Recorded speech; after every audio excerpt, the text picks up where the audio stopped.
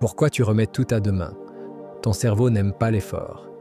Il est programmé pour éviter tout ce qui semble difficile, inconfortable ou incertain.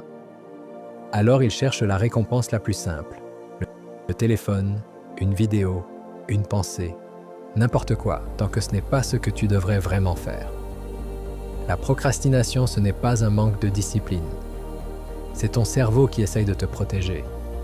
À chaque fois que tu évites une tâche, ton cerveau reçoit une petite récompense, un soulagement, et ce soulagement devient une habitude, un cercle, une boucle mentale qui renforce la procrastination. Tu ne remets pas à demain parce que tu ne veux pas avancer, tu remets à demain parce que ton cerveau pense que c'est la meilleure option, même si tu sais qu'il se trompe.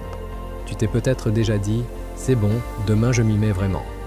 Sur le moment, tu y crois, tu te sens presque soulagé, mais ce « demain » ne vient jamais vraiment.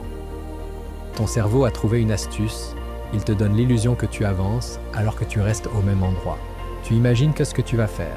Tu visualises la version de toi qui a tout organisé, tout rattrapé, tout réglé, et cette image te donne une petite dose de bien-être. Sauf que tu n'as toujours rien fait.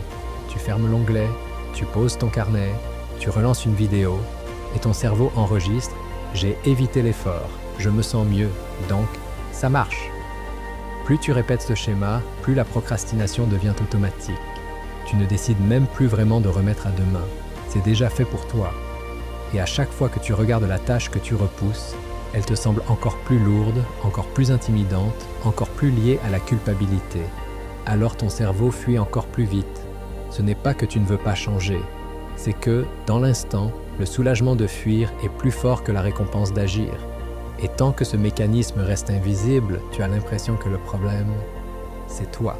Mais en réalité, le problème, c'est ce cercle. Pour casser ce cycle, tu n'as pas besoin d'être plus motivé. Tu as juste besoin de commencer, pas en force, pas en grand.